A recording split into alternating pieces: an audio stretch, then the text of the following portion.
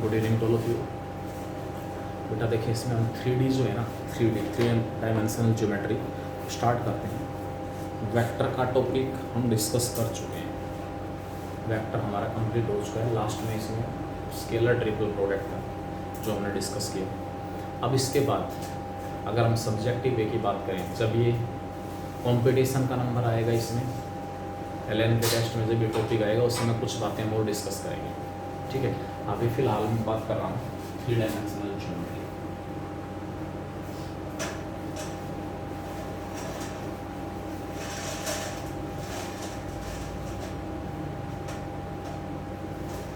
Three dimensional geometry 3D। ठीक है, इसमें कुछ एक चीज़ें आपने 11th में पढ़ी हैं। 11th में जो चीज़ें पढ़ी थी उसमें सबसे पहले था कोऑर्डिनेट एक्सिस क्या होते हैं।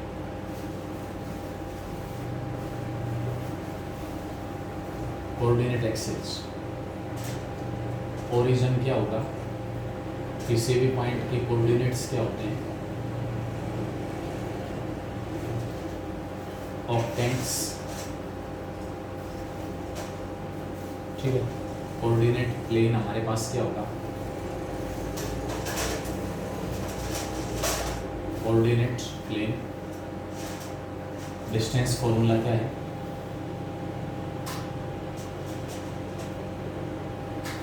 और सेक्शन फॉर्मूला क्या है।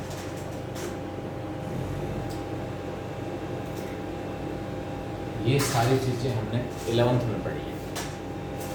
ये सारी चीज़ें हमने 11th में पढ़ी है।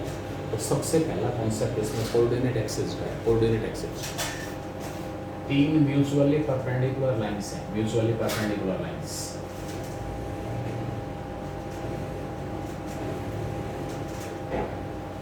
एक्स, वाई और जेड एक्सिस। 3 म्यूचुअली परपेंडिकुलर जो लाइंस हैं, इनको कलेक्टिवली हम क्या कहेंगे, कोऑर्डिनेट एक्सिस। एक्स एक्सिस की नेगेटिव डायरेक्शन है inside the blackboard, blackboard के अंदर। वाई एक्सिस की नेगेटिव डायरेक्शन इधर है और जेड एक्सिस की नेगेटिव डायरेक्शन इधर है।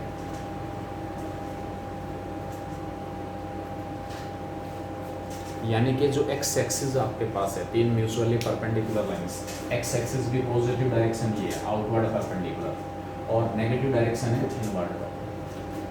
3 म्यूचुअली परपेंडिकुलर लाइंस ने पूरे स्पेस को 8 इक्वल पार्ट्स में डिवाइड कर दिया, जिनको हम क्या कहेंगे, ऑक्टेंट। ऑक्टेंट ये हमने सारा 11th में पढ़ा था। ऑक्टेंट क्या होते हैं, 3 म्यूचुअली परपेंडिकुलर जो लाइंस हैं पूरे स्पेस को 8 इक्वल पार्ट्स में डिवाइड कर रही हैं, जिनको हम क्या करें, ऑक्टेंट। ठीक है, तो x y z and so on. 3 coordinate plane है। कोऑर्डिनेट प्लेन, अगर मैं कोऑर्डिनेट प्लेन की बात करूं तो कोऑर्डिनेट प्लेन हमारे पास क्या होगा, क्या कुछ है कोऑर्डिनेट प्लेन, वो आप देखें एक बार। कोऑर्डिनेट प्लेन में किसको कह रहा हूँ, सपोज मेरे पास ये नोटबुक है। इस नोटबुक की मैं 3 पोजीशन लूँगा। एक बार ये नोटबुक इस प्रकार है या, अब ये जो नोटबुक है वो वाई जेड प्लेन के अंदर रखी हुई है। वाई जेड प्लेन, इधर वाई एक्सिस, ऊपर की तरफ जेड एक्सिस है। तो फिलहाल जो नोटबुक है कौन से प्लेन में है, वाई जेड प्लेन में। अगर नोटबुक मैंने इस शेप में ले ली, ये शेप, अब ये जो नोटबुक है वो एक्स वाई प्लेन में है। इधर एक्स एक्सिस है और इधर वाई एक्सिस है। ये नोटबुक अब कौन से प्लेन में है, एक्स वाई प्लेन में। और अगर नोटबुक मैंने ये ले ली, इधर कौन सा, एक्स एक्सिस है, और ऊपर की तरफ कौन सा है, जेड एक्सिस है। इन तीनों को मैं कलेक्टिवली क्या कह रहा हूँ, coordinate plane. Coordinate plane, this is x z plane. इस प्लेन के पैरेलल कोई भी प्लेन है, इस नोटबुक के पैरेलल कोई भी आप नोटबुक ले लो, कोई भी सरफेस ले लो, वो कहलाएगा plane parallel to x z plane. फिलहाल ये प्लेन आपके पास एक्स वाई प्लेन है, इधर एक्स इधर वाई, इसके पैरेलल ये सरफेस है, इसको हम क्या कहेंगे, plane parallel to x y plane. और ये प्लेन आपके पास, अब जो नोटबुक है वो कौन से प्लेन में, वाई जेड प्लेन में है। इसके पैरेलल हम दूसरी नोटबुक ले लेते हैं, मान लो ये दूसरी नोटबुक इसके पैरेलल है। तो अब हमारे पास ये कौन से प्लेन के अंदर होगा, कोऑर्डिनेट प्लेन आपके पास वाई जेड है, उसके पैरेलल है ये बड़ा प्लेन। ठीक है, तो x y plane, y z plane, z x plane क्या होगा, वो सारा सब कुछ हमने डिस्कस किया है। इन कोऑर्डिनेट प्लेन्स को मैं कहूँगा एक तो एक्स वाई प्लेन, एक हमारे पास है वाई जेड प्लेन और एक हमारे पास है z x plane. X y plane के ऊपर कोई भी पॉइंट है, एक्स वाई प्लेन के ऊपर, उसका जेड कोऑर्डिनेट हमें 0 मिलेगा। एक्स वाई प्लेन के ऊपर कोई भी पॉइंट दिया हुआ है, उसका जेड कोऑर्डिनेट क्या होगा? 0। वाई जेड प्लेन के ऊपर कोई भी पॉइंट है, उसका एक्स कोऑर्डिनेट 0, और जेड एक्स प्लेन के ऊपर कोई भी पॉइंट उसका वाई कोऑर्डिनेट 0। अगर पॉइंट एक्स वाई प्लेन में, एक्स वाई प्लेन में कोई भी पॉइंट, तो उसका जेड कोऑर्डिनेट 0 मिलेगा। पॉइंट वाई जेड प्लेन में है तो उसका x coordinate 0, z x plane के अंदर पॉइंट है तो उसका वाई कोऑर्डिनेट 0। ठीक है। अगर पॉइंट एक्स एक्सिस पर है, एक्स एक्सिस के ऊपर कोई भी पॉइंट है, उसके वाई और जेड कोऑर्डिनेट 0, वाई एक्सिस के ऊपर कोई भी पॉइंट है, एक्स और जेड कोऑर्डिनेट 0, और जेड एक्सिस के ऊपर कोई भी पॉइंट है तो उस केस में उसका एक्स और वाई कोऑर्डिनेट 0। कोऑर्डिनेट एक्सिस क्या होगा, कोऑर्डिनेट प्लेन क्या होते हैं, ओरिजिन क्या है, ठीक है, और ऑक्टेंट क्या होते हैं। उसके बाद हमारे पास आता है कोऑर्डिनेट्स ऑफ ए पॉइंट। किसी भी पॉइंट के कोऑर्डिनेट क्या होंगे? कोऑर्डिनेट्स ऑफ ए पॉइंट, कोई भी पॉइंट आपको दिया हुआ है जिसके कोऑर्डिनेट आप फाइंड आउट करना चाहते हो, कोई भी पॉइंट आपको दिया हुआ है जिसके कोऑर्डिनेट आप फाइंड आउट करना चाह रहे हैं, तो हमें क्या करना होगा? सपोज यहाँ पर स्पेस में कोई पॉइंट है, ठीक है, स्पेस में कोई पॉइंट दिया हुआ है, इस पॉइंट से पास होते हुए मैं प्लेन ड्रा करूँगा, इस पॉइंट से पास होते हुए प्लेन ड्रा करेंगे। एक प्लेन होगा एक्स वाई प्लेन के पैरेलल। सपोज पॉइंट यहाँ पर है हमारे पास, स्पेस में पॉइंट है, स्पेस में इस पॉइंट से पास होता हुआ मैंने प्लेन ड्रा कर दिया, ठीक है, और ये किस प्लेन के पैरेलल है? एक्स जेड प्लेन के पैरेलल है, एक्स जेड प्लेन के पैरेलल है। तो ये वाला जो प्लेन है जो कि एक्स जेड प्लेन के पैरेलल है, वो इस वाई एक्सिस को कट करेगा कहीं ना कहीं। वाई एक्सिस को कहाँ कट कर रहा है? सपोज ये पॉइंट बी दिया हुआ है, this is point B, this is point A and this is point C. दिए हुए पॉइंट से पास होते हुए तीन जो कोऑर्डिनेट प्लेन है उनके पैरेलल प्लेन ड्रा करने हैं। वो जो प्लेन है वो एक्स एक्सिस, वाई एक्सिस और जेड एक्सिस को कट करेंगे। अगर ये x axis plane passes through a given point, suppose given point P है जिसके कोऑर्डिनेट आप x, y और z कह सकते हो। Plane passes through a given point P having coordinate x, y, z and drawn parallel to the coordinate planes. Cuts x, y and z axis at A, B and C. Then OA equal to x, OB equal to y and OC equal to क्या होगा? उस point से पास होते हुए plane draw करने हैं जो coordinate planes के पैरेलल। ये प्लेन हमारे पास है, पॉइंट मैं यहाँ बता रहा हूँ, इस पॉइंट से पास होता हुआ मैंने एक प्लेन ले लिया, इधर y z plane, y z plane. ये वाला प्लेन जो है एक्स एक्सिस ये दिया हुआ है, ये एक्स एक्सिस की direction outward perpendicular, this is x axis. ये प्लेन क्या करेगा? इस वाई जेड प्लेन के पैरेलल है, ब्लैक बोर्ड हमारा वाई जेड प्लेन है, इसके पैरेलल है। ये प्लेन इस एक्स एक्सिस को कहाँ कट कर रहा है? पॉइंट ए पर। तो ओ ए जो है वो हमारे पास एक्स कोऑर्डिनेट, इसी प्रकार वाई कोऑर्डिनेट और इसी प्रकार जेड कोऑर्डिनेट, किसी भी पॉइंट के कोऑर्डिनेट क्या, ठीक है। आपसे कोई पूछ ले कि हमारे पास किसी भी पॉइंट के कोऑर्डिनेट्स क्या हैं, we have to draw the planes passing through the given point जिसके कोऑर्डिनेट आपको निकालना है, and parallel to the coordinate planes. एक प्लेन एक्स वाई प्लेन के पैरेलल ड्रा होगा, दूसरा प्लेन वाई जेड प्लेन के पैरेलल ड्रा होगा और तीसरा प्लेन जेड एक्स प्लेन के पैरेलल ड्रा होगा।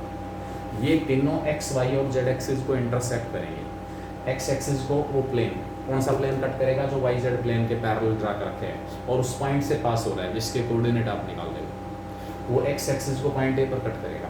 तो ओ ए हमारे पास क्या आ जाएगा? इस पॉइंट का एक्स कोऑर्डिनेट। इसी प्रकार एक्स जेड, ये एक्स जेड प्लेन है, ये प्लेन एक्स जेड है,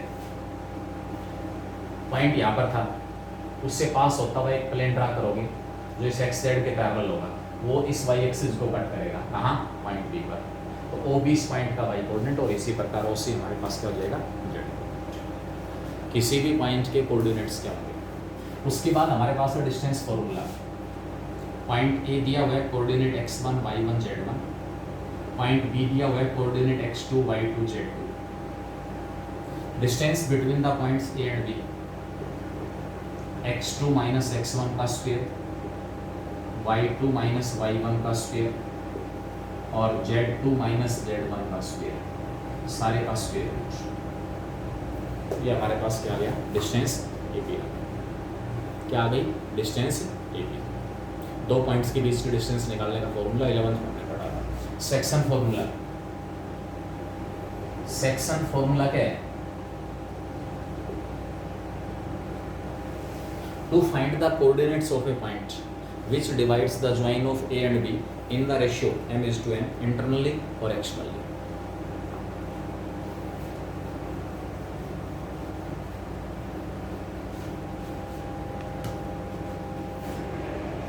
पॉइंट ए और पॉइंट बी गिवन है। पॉइंट ए के coordinate x1 y1 z1, point B के कोऑर्डिनेट x2 y2 z2। एक पॉइंट सी है जो इस सेगमेंट ए बी को m:n में इंटरनली डिवाइड कर रहा है। जो पॉइंट सी हमारे पास है वो सेगमेंट ए बी को m:n में इंटरनली डिवाइड कर रहा है। Then this point C will be mx2 plus mx1 upon m plus n, my2 plus my1 upon में m plus n, mz2 plus nz1 upon में m plus n।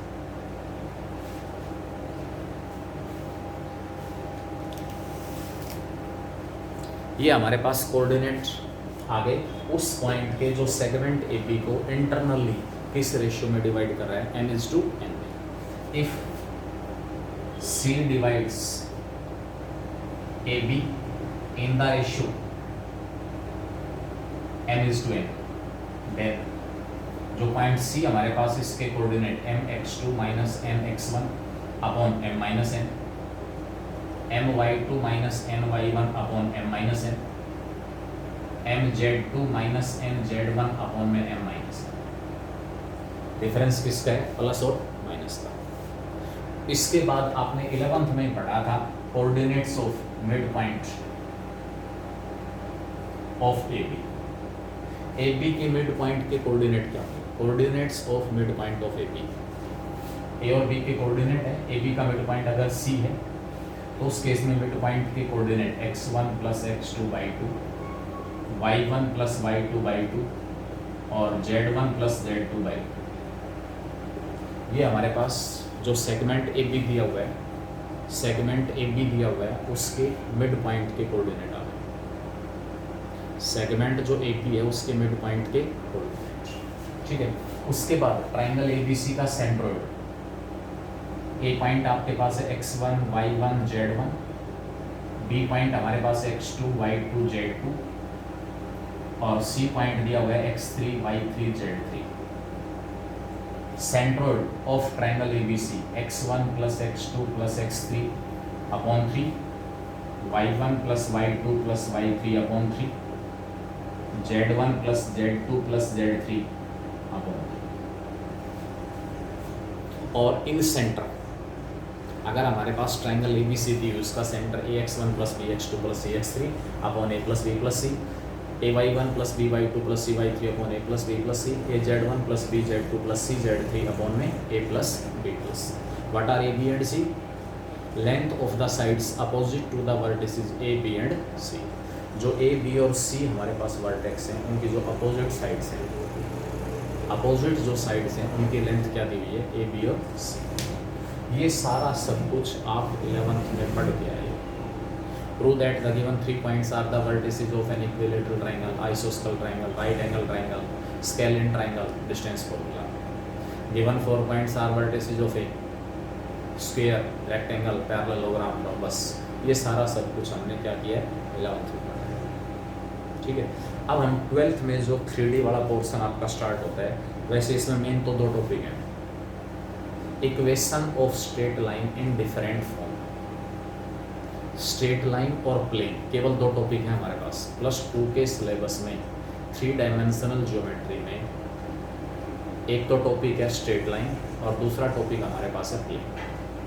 Different form में line की equation, उसके बाद angle between the two lines, shortest distance between the two lines, condition to check whether the lines are perpendicular और parallel, different form में plane की equation, वो सारा सब कुछ हम पढ़ेंगे।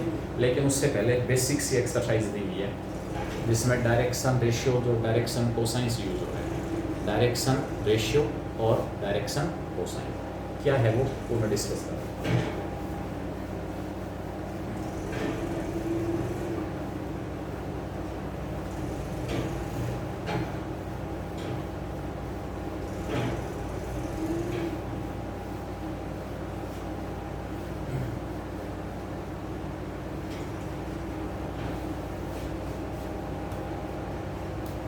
बेटा आपने वेक्टर वाले चैप्टर में वेक्टर के डायरेक्शन रेशियो और डायरेक्शन कोसाइन पढ़े हैं। यहाँ 3D वाले चैप्टर के अंदर लाइन के डायरेक्शन रेशियो और लाइन के डायरेक्शन कोसाइन स्मॉल डिफरेंस है, बस बहुत ज़्यादा सा डिफरेंस नहीं है।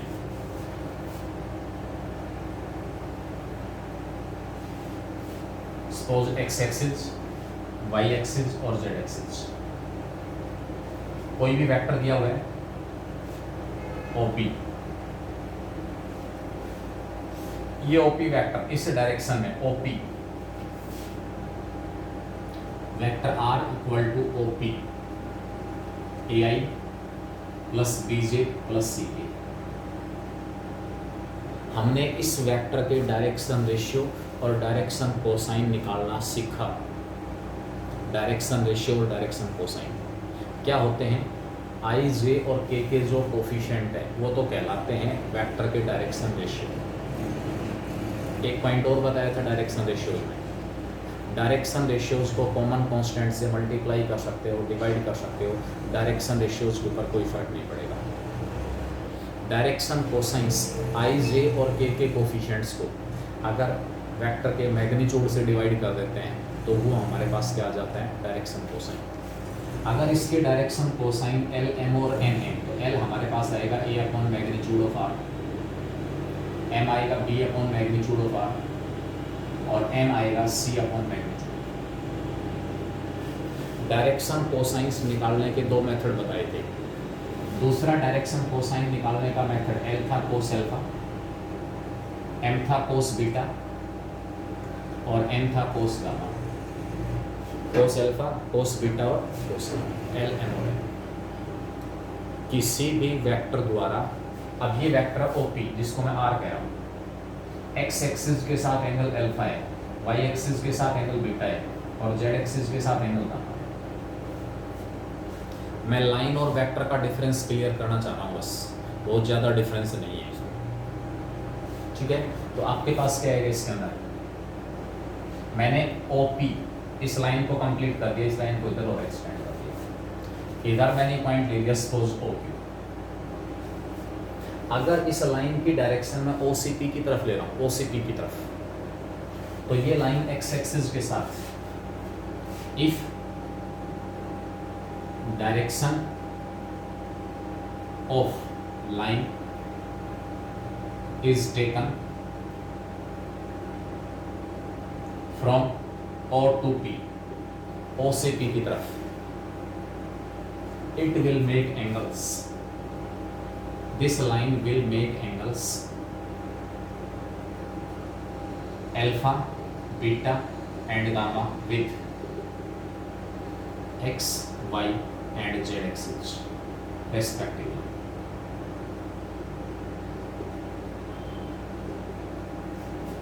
ठीक है, it will make, and if direction of line is taken from O to Q, P से O की तरफ, ये डायरेक्शन ले रहे हैं, तो इस डायरेक्शन में ये जो लाइन है ये X एक्सिस है, इसके साथ एंगल इधर अल्फा था, यहाँ से लेकर यहाँ तक टोटल लाइन के एक तरफ का एंगल 180 है, तो ये एंगल हो गया पाई माइनस अल्फा। ये एंगल बीटा है, इस डायरेक्शन में ये बड़ी जो लाइन है इस Y एक्सिस के साथ ये बड़ा एंगल बना रही है, इस एंगल ये बीटा हो गया, और इस डायरेक्शन में ये बड़ी जो लाइन है Z एक्सिस के साथ ये एंगल बना रही है पाई minus alpha. if direction of line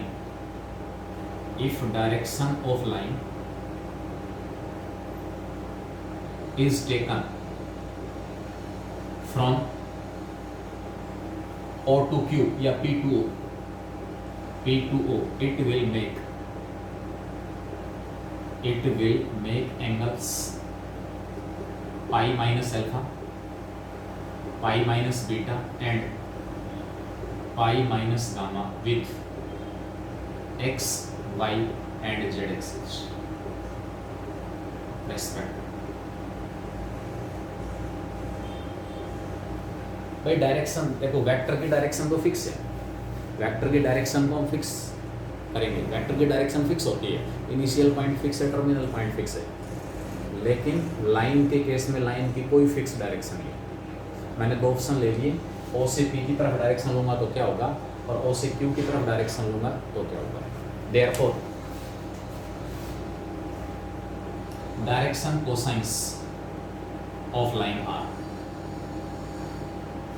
ओ से पी डायरेक्शन के अंदर ये लाइन अल्फा बीटा और गामा एंगल बना रही है, तो direction cosines cos alpha cos beta और कोस गामा, डायरेक्शन कोसाइंस। और दूसरी तरफ direction cosines cos pi minus alpha, cos pi minus beta और कोस पाई माइनस गामा, यानी कि direction cosines minus cos alpha minus cos beta और minus cos gamma. इसका मतलब क्या हुआ, एक डायरेक्शन में अगर डायरेक्शन कोसाइन कोस अल्फा है तो दूसरी डायरेक्शन में जस्ट लाइन की डायरेक्शन अपोजिट काउंट की कंसीडर की तो direction cosine minus cos alpha आ गया। इसको एल कह रहा हूँ कि माइनस एल, इसको एम कह रहा हूँ कि माइनस एम और इसको एन कह रहा हूँ कि माइनस। इसका मतलब जो डायरेक्शन कोसाइंस हमारे पास है वो होंगे plus minus L plus minus M और प्लस माइनस। वेक्टर के डायरेक्शन कोसाइंस यूनिक होते हैं, लाइन के डायरेक्शन कोसाइंस। अब एक और पॉइंट इसमें कंसीडर कर ले, मान लो डायरेक्शन जब आपके पास है ओ से पी की तरफ, direction from O to P line P, उस केस में सपोज अल्फा हमारे पास है 30, बीटा है 150 और गामा है 60। जस्ट मैंने एक एग्जांपल दिया है। तो P से O डायरेक्शन में in direction from P to O, P से O जब मैं डायरेक्शन कंसीडर करूंगा तो उस केस में जो एंगल x एक्सिस के साथ बना हुआ एंगल 150, y एक्सिस के साथ बना हुआ एंगल 30 और z एक्सिस के साथ बना हुआ एंगल 120। मतलब एक डायरेक्शन में जो एंगल एक्यूट था डायरेक्शन अपोजिट करते ही वो एंगल क्या हो गया, ऑब्ट्यूज। इस डायरेक्शन के अंदर ये बीटा एंगल और एक्यूट है, तो इस डायरेक्शन में ये बड़ा जो एंगल है यहाँ से लेकर यहाँ तक वाई एक्सिस के साथ वो कैसा हो जाएगा, ऑब्ट्यूज। बस इतना सा डिफरेंस है लाइन के डायरेक्शन रेशियोज में। अगर इस वेक्टर OP के डायरेक्शन रेशियो A, B और C हैं तो जो लाइन O और P से पास हो रही है उसके direction ratios of line OP, इसको मैं A, B और C भी कह सकता हूँ, माइनस A, माइनस B और माइनस C भी कह सकता हूँ, 2A, 2B और 2C भी कह सकते हैं, 3A, 3B और 3C भी कह सकते हैं। क्यों आ रहा है डिफरेंस, ये सारा सब कुछ आपको बताया जा चुका है, ये सारा सब कुछ आपको बताया जा चुका है, ठीक है। कि डायरेक्शन रेशियोज में से कॉमन कांस्टेंट हम मल्टीप्लाई कर दें या डिवाइड कर दें, उन डायरेक्शन रेशियोज के ऊपर कोई फर्क नहीं पड़ता। कॉमन कांस्टेंट से मल्टीप्लाई करेंगे तो भी डायरेक्शन रेशियो रहेंगे, कॉमन कांस्टेंट से डिवाइड करेंगे तो भी डायरेक्शन रेशियो रहेंगे, उनके ऊपर कोई फर्क नहीं, ठीक है। ये केस हमारे पास डायरेक्शन रेशियोज, मतलब सिंपल सी बात है, जो वेक्टर का केस था वही है बस। डायरेक्शन कोसाइंस के केस में एक विशेष ध्यान रखना, प्लस माइनस दोनों सिंबल आ जाएंगे। तो इस डायरेक्शन में जब मैं एंगल ये ले रहा हूँ L पॉजिटिव आएगा, M क्योंकि वाई एक्सिस के साथ बना हुआ एंगल ऑब्ट्यूज है नेगेटिव आएगा, और N फिर पॉजिटिव आएगा। जब डायरेक्शन ये होगी तो L हमारे पास नेगेटिव, M पॉजिटिव और N नेगेटिव। L कैसा है, नेगेटिव, M कैसा है, पॉजिटिव, N कैसा है, नेगेटिव, इस डायरेक्शन। क्लियर। तो ये केस आपके पास इसमें जाएगा, लाइन के direction cosines plus minus L plus minus M plus minus, direction cosines की जो प्रॉपर्टी होती है वो यहाँ भी सेटिस्फाई होगी, L square plus M square किसके इक्वल होगा। इसमें केवल इतना सा फर्क आएगा, इसमें केवल इतना सा फर्क आएगा, हमने दो वेक्टर्स के बीच का एंगल निकाला था cos theta, A dot B upon में magnitude of A into magnitude of B. यहाँ वेक्टर्स के बीच के एंगल को लाइनों के बीच के एंगल के रूप में चेंज कर देंगे, angle between the two lines, whose direction ratios are given and whose direction cosines are given.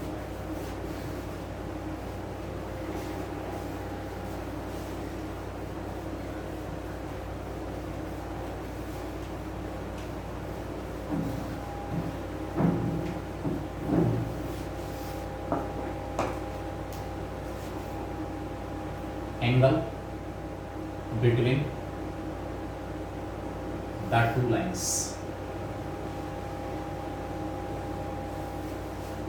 हमने क्या पढ़ा इसमें, वेक्टर्स के बीच का एंगल निकाला है, A vector equal to a1i plus a2j plus a3k, vector b equal to b1i plus b2j plus b3k,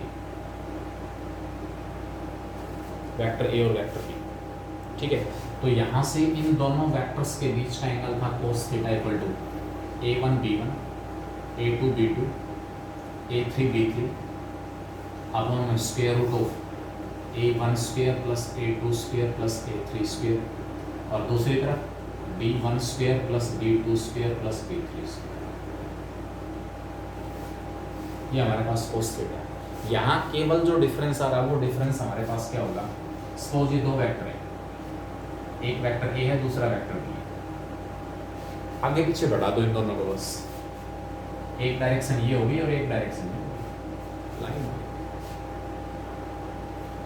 जो direction ratio इस वेक्टर ए के थे वही इस लाइन के हो जाएंगे, जो डायरेक्शन रेशियो वेक्टर बी के हैं वही इस लाइन के हो जाएंगे।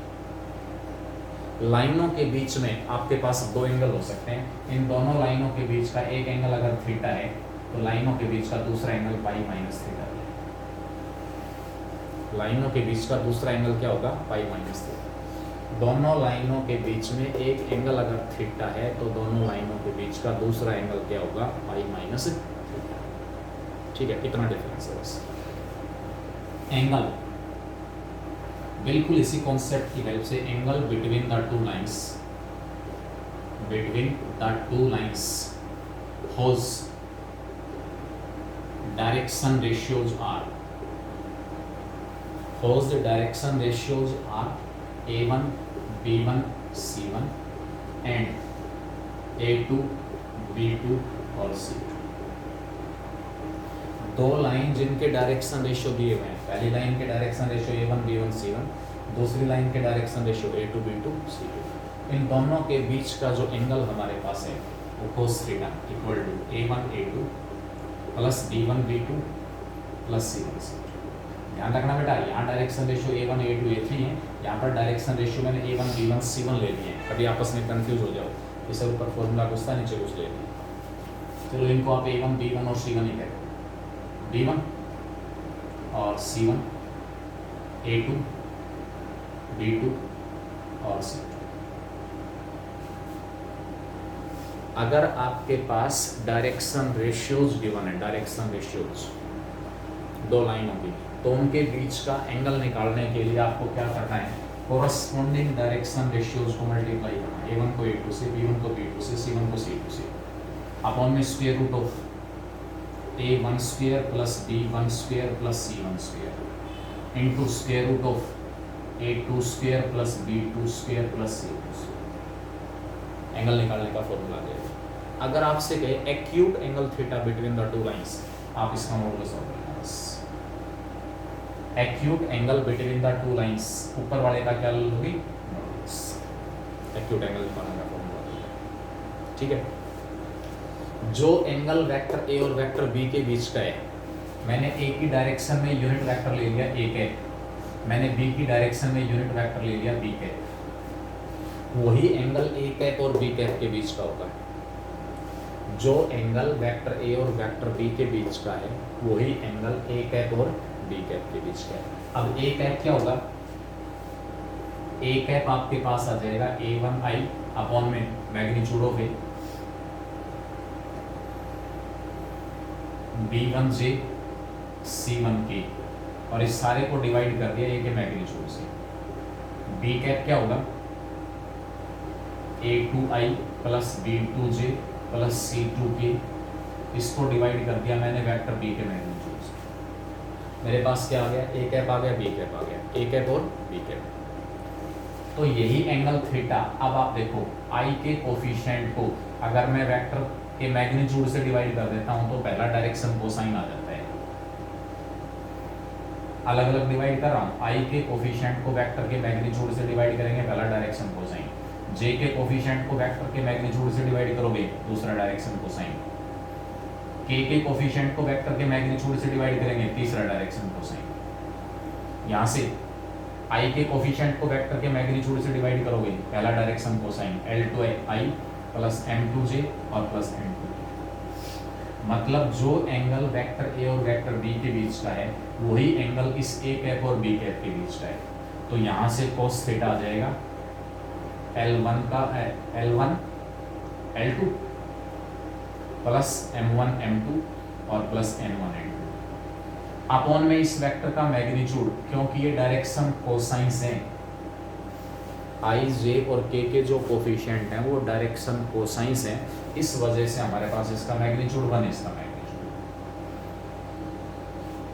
ये फॉर्मूला आप कब यूज करेंगे, ये फॉर्मूला कब यूज करेंगे, जब हमें उन दोनों लाइनों के डायरेक्शन कोसाइंस दे रखे हैं। बेटा कोई फर्क नहीं है लाइन के डायरेक्शन रेशियो वेक्टर के डायरेक्शन रेशियो, लाइन के डायरेक्शन कोसाइन वेक्टर के डायरेक्शन कोसाइन, बस डायरेक्शन कोसाइंस में प्लस माइनस का केस आता है। वेक्टर के केस में डायरेक्शन कोसाइंस फिक्स होते हैं, लाइन के केस में प्लस माइनस साइन आ जाता है, क्योंकि लाइन की कोई फिक्स डायरेक्शन नहीं है, बस इसलिए। या तो आप ये फॉर्मूला यूज करोगे या आप ये फॉर्मूला यूज करोगे, क्योंकि जो फर्स्ट एक्सरसाइज है इंट्रोडक्शन वाली एक्सरसाइज है, असली काम हमारा सेकंड एक्सरसाइज से स्टार्ट होगा।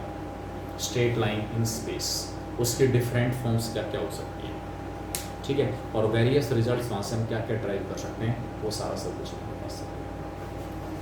इसमें जो क्वेश्चंस होंगे आपसे कहेगा find the angle between the two lines, how the direction ratios are, how the direction cosines are. एक और पॉसिबिलिटी, अगर आपसे ये कहे हमने डायरेक्शन रेशियो निकाले हैं, पॉइंट ए था x1 y1 z1, point B था x2 y2 z2, point A point B, हमने यहाँ से डायरेक्शन रेशियो निकाले थे of vector A B, x2 minus x1 y2 minus y1 और z2 minus z1।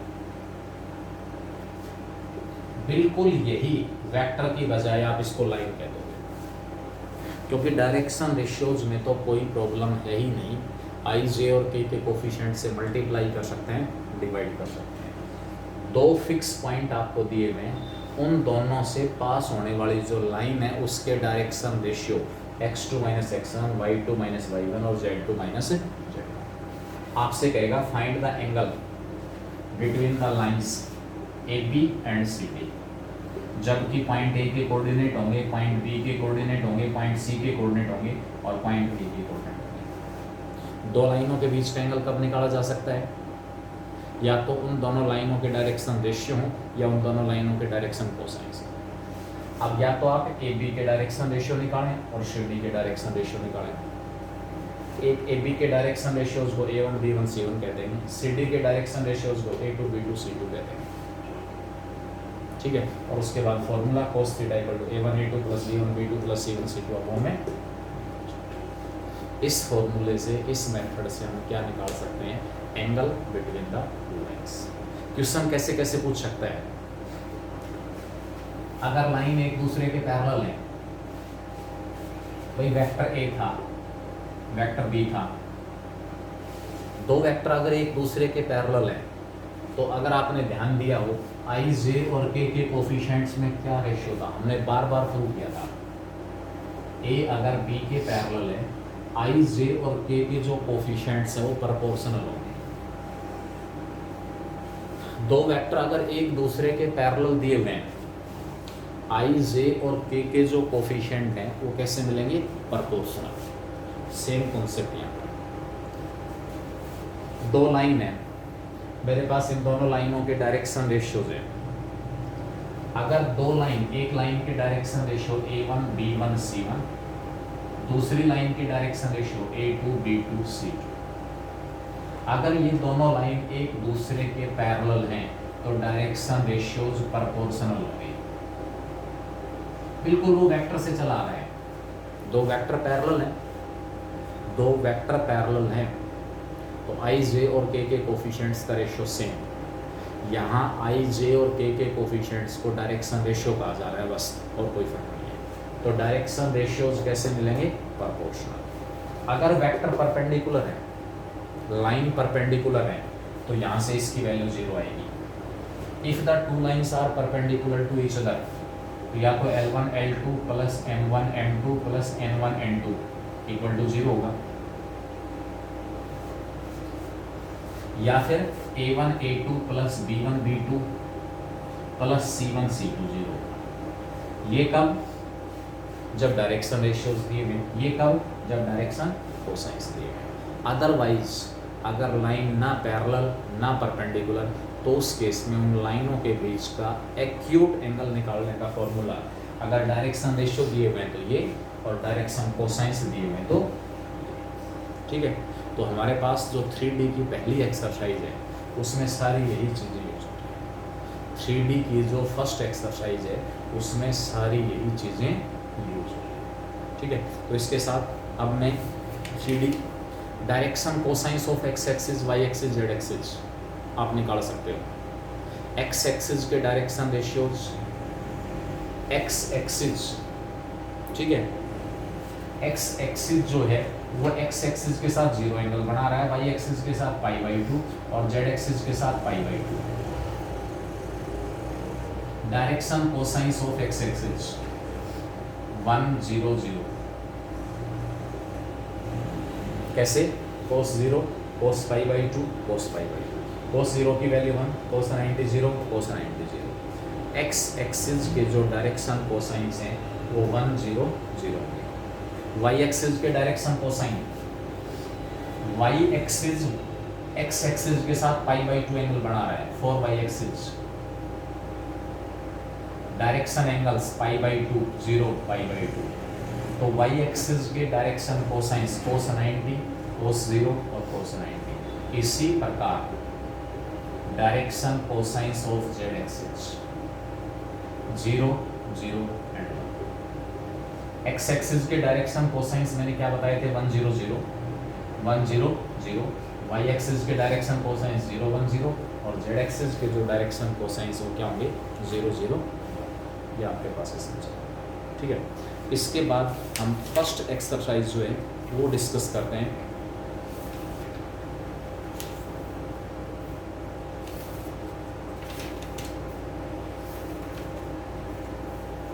Eleven point one जो exercise है वो हम डिस्कस करेंगे इसमें।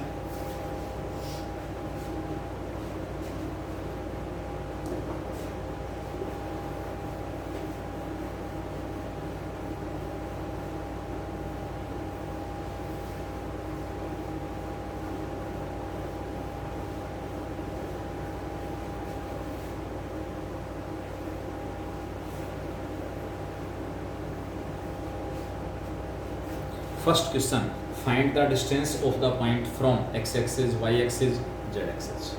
एक ये पॉइंट और रहेगा इसमें, कोई भी पॉइंट दिया हुआ है, point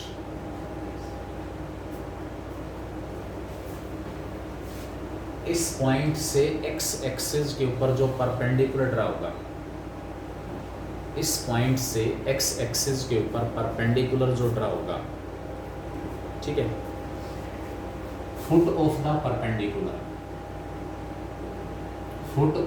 perpendicular drawn from the point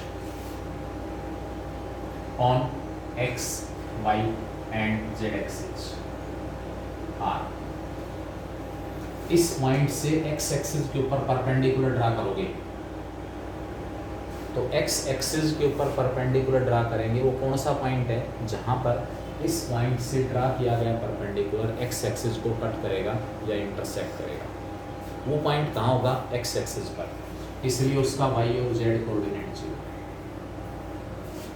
point से वाई एक्सिस के ऊपर परपेंडिकुलर ड्रा करेंगे, उसका फुट 0 भी 0, और पॉइंट से जेड एक्सिस के ऊपर परपेंडिकुलर ड्रा करेंगे, उसका फुट 0 0 0 0 सी। ये हमारे पास है, ठीक है। अब इस पॉइंट से आप इस फुट की डिस्टेंस निकाल दो, तो आपके पास पॉइंट की परपेंडिकुलर डिस्टेंस हो जाएगी x axis.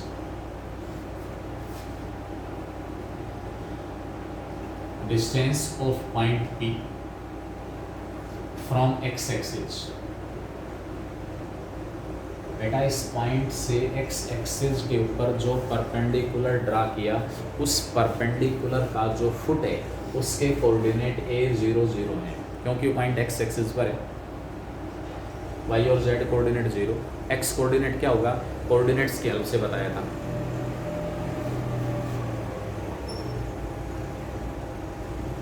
Point suppose A B C, इस पॉइंट से वाई एक्सिस के ऊपर परपेंडिकुलर ड्रा कर रहे हो, ये एक्स एक्सिस है, वाई एक्सिस है और ये जेड एक्सिस है।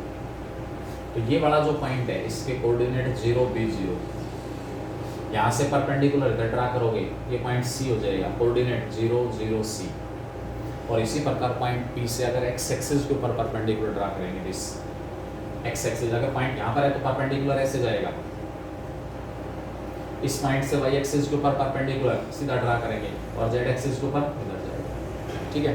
तो ये जो हमारे पास है in foot of the perpendicular, draw किए हुए परपेंडिकुलर्स के जो फुट हैं, इनसे हमें क्या निकालनी है? डिस्टेंस निकालना है। तो वो आपके पास होगी एक्स एक्सिस से डिस्टेंस आ गई square root of b square plus c square, y axis से डिस्टेंस आ गई पी और बी के बीच की distance square root of a square plus c square, और जेड एक्सिस से डिस्टेंस आ गई इस पॉइंट पी की पॉइंट सी से distance square root of a square plus b square.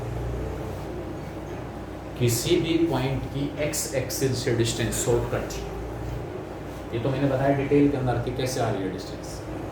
किसी भी पॉइंट की एक्स एक्सिस से डिस्टेंस, उसका एक्स कोऑर्डिनेट छोड़ दो, वाई और जेड जो कोऑर्डिनेट है उनका स्क्वायर करो, सम और स्क्वायर रूट। वाई और जेड जो कोऑर्डिनेट है उनका स्क्वायर, सम और स्क्वायर रूट। इसी पॉइंट की वाई एक्सिस से डिस्टेंस है, वाई कोऑर्डिनेट छोड़ दो, एक्स और जेड जो कोऑर्डिनेट है उनका स्क्वायर, सम और स्क्वायर रूट। इसी पॉइंट की जेड एक्सिस से डिस्टेंस, जेड कोऑर्डिनेट छोड़ दो। ये शॉर्ट में कहाँ से आया वो मैंने बता दिया कि फुट जो है ड्रा किए हुए परपेंडिकुलर्स के जो फुट है, जो कि ये 3 पॉइंट हैं, उनके बीच के distance.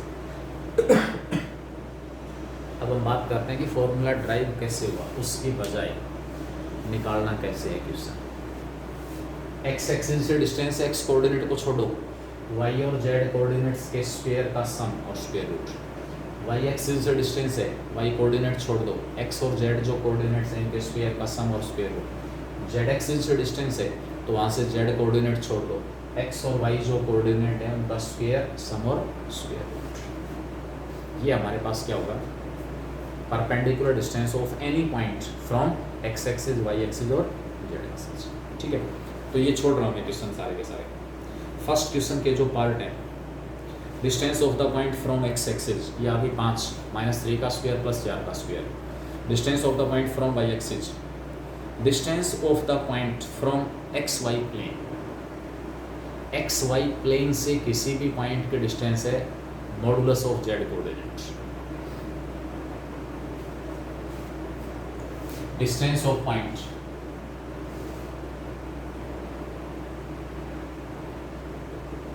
P from x axis, इसका मतलब क्या हुआ? Sorry, x y plane from x y plane, y z plane and z x plane. मैं एक एग्जाम्पल की हेल्प से आपको ज्योमेट्रिकली बता दूं, फिर फॉर्मूले पर आ जाएंगे। पॉइंट दिया हुआ है कहीं पर भी, ठीक है। अगर पॉइंट हमारे पास यहाँ पर है, ये मेरे पास जो ब्लैक बोर्ड है वो वाई जेड प्लेन में है, क्योंकि एक्स एक्सिस ये है। यहाँ से मैं परपेंडिकुलर ड्रा करूँगा किसके ऊपर, वाई जेड प्लेन के ऊपर, ठीक है, वाई जेड प्लेन के ऊपर। तो जो परपेंडिकुलर वाई जेड प्लेन को जहाँ कहीं इंटरसेक्ट करेगा वो पॉइंट भी वाई जेड प्लेन के ऊपर ही होगा। वो पॉइंट क्या होगा, y z plane. Earth surface है, एक तरफ हमारे पास एक कॉर्नर के अलोंग, जिस रूम में भी आप बैठे हैं, एक कॉर्नर के अलोंग एक्स एक्सिस हो गया, दूसरे के अलोंग वाई एक्सिस और ऊपर की तरफ जेड एक्सिस। पॉइंट यहाँ है, नीचे वाला प्लेन इधर एक्स था, इधर वाई है, ऊपर जेड है। तो इस पॉइंट की डिस्टेंस कहाँ से, एक्स वाई प्लेन से, इस पॉइंट से परपेंडिकुलर ड्रा कर दो फ्लोर के ऊपर। वो परपेंडिकुलर फ्लोर को जाके कट करेगा कहीं ना कहीं, ठीक है। जहाँ कट करेगा वो पॉइंट कहलाएगा फुट ऑफ द परपेंडिकुलर। उसका एक्स कोऑर्डिनेट दिए हुए पॉइंट का एक्स कोऑर्डिनेट, उसका वाई कोऑर्डिनेट दिए हुए पॉइंट का वाई कोऑर्डिनेट, और जेड कोऑर्डिनेट 0 होगा ही। क्यों, क्योंकि वो पॉइंट एक्स वाई प्लेन के ऊपर प्रेजेंट है। फुट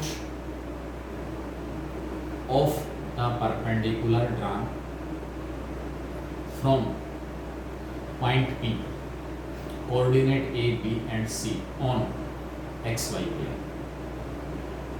XY plane ये फुट होगा A, B 0. Foot of the perpendicular drawn from point P, coordinate A, B and C on y z plane. Y z plane के ऊपर perpendicular draw करेंगे, उसका जो फुट होगा वाई जेड प्लेन के ऊपर X coordinate 0 0 B C and on X Y आ गया, वाई जेड आ गया, Z x plane. Foot of the perpendicular drawn from this point P on Z x plane, it will be a 0। ये हमारे पास draw किए गए perpendiculars के foot आ गए। अगर एक्सिस के ऊपर परपेंडिकुलर ड्रा कर रहे हो तो दो कोऑर्डिनेट 0 आ रहे हैं। इस पॉइंट से एक्स एक्सिस पर परपेंडिकुलर ड्रा किया तो जो परपेंडिकुलर का फुट है उसका वाई और जेड कोऑर्डिनेट 0, एक्स कोऑर्डिनेट वही जो इस पॉइंट पे एक्स कोऑर्डिनेट। इस पॉइंट से अगर एक्स वाई प्लेन के ऊपर परपेंडिकुलर ड्रा किया तो उसका फुट ए बी 0, क्योंकि एक्स वाई प्लेन के ऊपर जितने भी पॉइंट हैं उन सबका जेड कोऑर्डिनेट 0, ठीक है। तो ये हमारे पास है पॉइंट की डिस्टेंस। अब मैं डिस्टेंस की बात करता हूँ। डिस्टेंस कहाँ से आई, इस पॉइंट की अब यहाँ से डिस्टेंस निकालनी है, ए बी 0 से।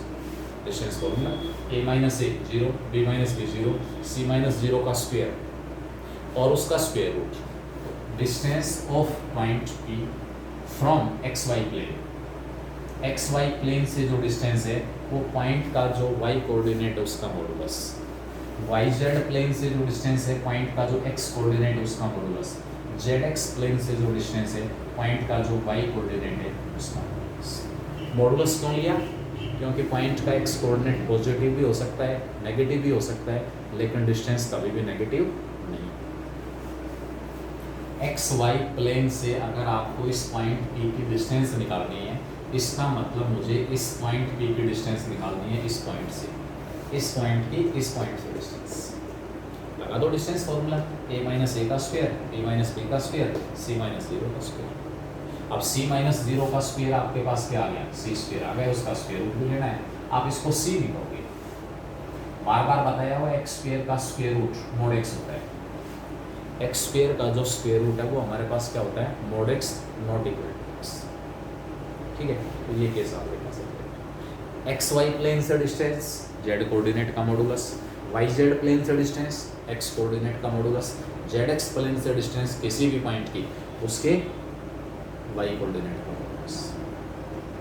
एक्सिस से डिस्टेंस का फॉर्मूला क्या, एक्स एक्सिस से डिस्टेंस है तो वाई और जेड कोऑर्डिनेट्स के स्क्वायर का सम और स्क्वायर रूट। वाई कोऑर्डिनेट से डिस्टेंस है तो एक्स और जेड कोऑर्डिनेट्स का स्क्वायर सम और स्क्वायर रूट, और जेड एक्सिस से डिस्टेंस है एक्स और वाई कोऑर्डिनेट्स का स्क्वायर सम और स्क्वायर रूट।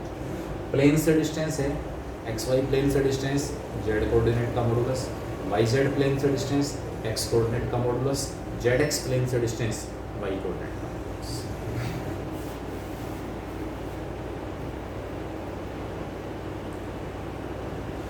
बेटा इसके अंदर इस फर्स्ट क्वेश्चन के पार्ट्स आप निकालेंगे आराम से। सेकंड क्वेश्चन दिया हुआ है, if a line makes angle 90 degree 60 degree and 30 degree with the positive direction of x y and z axis find the direction cosines. Angle दिए हुए अल्फा बीटा गामा, एंगल निकाल दो। Write the direction cosines of Z axis, मैंने बताया x axis के direction cosine 100, y axis के 010 और Z axis के direction cosines 001। Can the numbers 1/√2, 1/√2, 1/√2 be the direction cosines of a line? आपसे कह रहा है तीन नंबर हैं 1/√2, 1/√2, 1/√2, क्या ये किसी लाइन के डायरेक्शन कोसाइंस हो सकते हैं? If these are direction cosines of a line, then इनके स्क्वायर का सम आना चाहिए। h 1/√2 का स्क्वायर, 1/√2 का स्क्वायर, 1/√2 का square equal to 3/2 not equal to 1। इसका मतलब क्या हुआ, कोई भी ऐसी लाइन नहीं होगी जिसके डायरेक्शन कोसाइन 1/√2, 1/√2 और 1/√2 आ जाए। इसी प्रकार can a line have direction angle 45, 60, 120, direction cosines निकालो। अगर उनके स्क्वायर का सम 1 आ जाता है, डायरेक्शन कोसाइंस के स्क्वायर का सम अगर 1 आ जाता है तो उस केस में हम क्या कहेंगे कि वो दिए गए तीन एंगल डायरेक्शन एंगल हो सकते हैं, और अगर ये 1 नहीं आ रहा तो हम क्या कहेंगे, वो दिए गए एंगल डायरेक्शन एंगल नहीं होंगे। 1, 1, 1 can not be direction cosines of a straight line. 1, 1 और 1 जो है वो किसी भी लाइन के डायरेक्शन कोसाइंस नहीं हो सकते, ये हमें प्रूव करना है, क्योंकि तीनों के स्क्वायर का सम 1 नहीं आ रहा, इसलिए 1, 1 और 1 किसी भी लाइन के डायरेक्शन कोसाइन नहीं है। ठीक है।